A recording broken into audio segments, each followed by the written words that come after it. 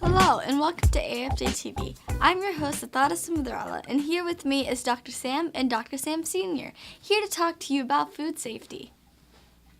Okay, number one, don't buy food past sell-by, use-by, or other expiration days.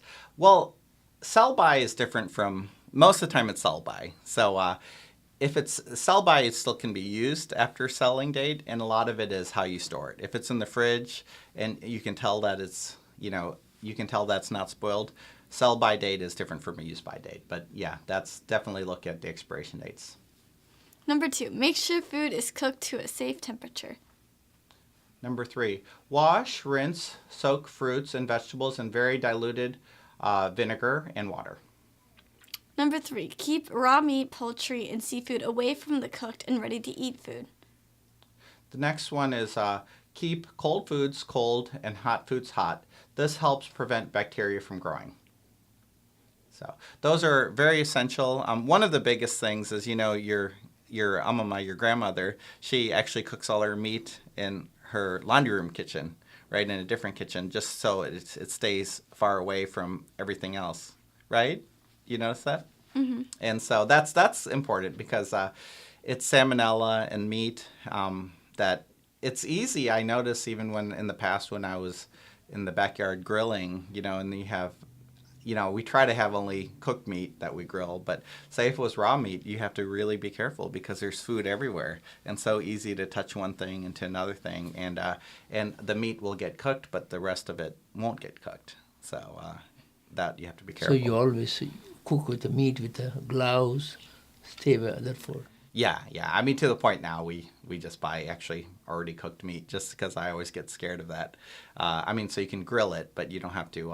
You don't have raw meat with regular food. And then, we have a kitchen sink outside too, which is very nice because the problem with grilling too is a lot of times you don't have a sink or water, or any place to wash your hands or wash your utensils, so everything can get mixed together, and that's just because you don't have water and soap. So. That's the reason when we travel overseas, we never eat uncooked food, always cooked food, warm, because already bacteria died, so you're safe. So that's the reason cholera is less possible, diarrhea is less possible by cooked food. Oh, very much so. I know when we went to India last time, we originally came with that mindset, but we were feeling good. And, the problem is all the fruit juices and the mango juice and everything. That's all water, and that's generally tap water. And so all the salads and vegetables. And sometimes, what we did is if we monitored our kids, all of us quite closely. Sometimes if you take Pepto-Bismol, even a little swig of it in the mornings, it actually is antiseptic, the liquid Pepto-Bismol, so it actually kills viruses and bacteria and helps prevent travelers' diarrhea and travelers' issues.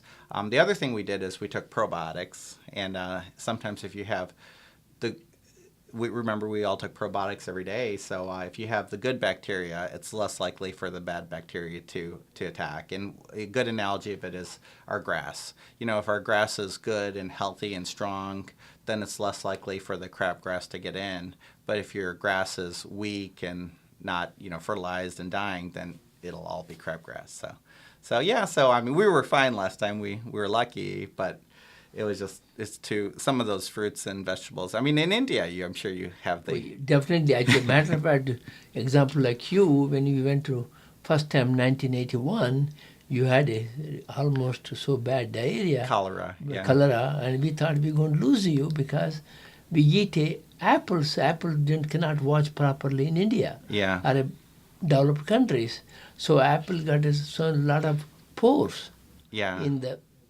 Well... So you have to be careful also. Well, it's actually in the apple itself. Yes. Because the apple absorbs groundwater. Exactly. And so the groundwater, if the groundwater is contaminated, then the apple, no matter how hard you wash it, it's going to be contaminated. Exactly. Period. So, so it's sometimes it's tough, and that's why I know when traditionally we've sometimes avoided some of the villages, especially if there's cholera epidemics and so on, because even if you use your precautions, you're going to be exposed to it. And especially as a small child, because a small child, your immune system is, small child or older, like even your mom, doesn't go back to India anymore just because she's older. Immune system is going to be weaker, right? Exactly. So, yeah. So anything else? Well, I mean, the essential thing when it comes to getting food from a store is to really read the labels. And people with allergies can generally have to read the labels. But if you don't have any allergies yourself, it doesn't mean that you can't read the labels just to see what you're eating. Yes, and I'd say the other thing too is even if you're having cooked food, but the question is who's preparing it, what plates, what's everything, and I mean, at least in this country, every time you go to restaurants and everything, you have stickers everywhere. Bathrooms must be clean at all times. All employees must wash their hands at all times, and those are kind of very important because again, even if you have cooked food, it's what about everyone's hands? Actually, food poison is a very underreported. So much food poisoning is there in this country. We didn't even know that sometimes. But this country is still one of the best. Still best, but still food poison is not uncommon. We don't even know we had a food poison sometimes. Yeah, and a little bit of bacteria and viruses is fine. It makes our immune system stronger. It's obviously when it's more than our immune system can handle. That's of course a concern. So yep.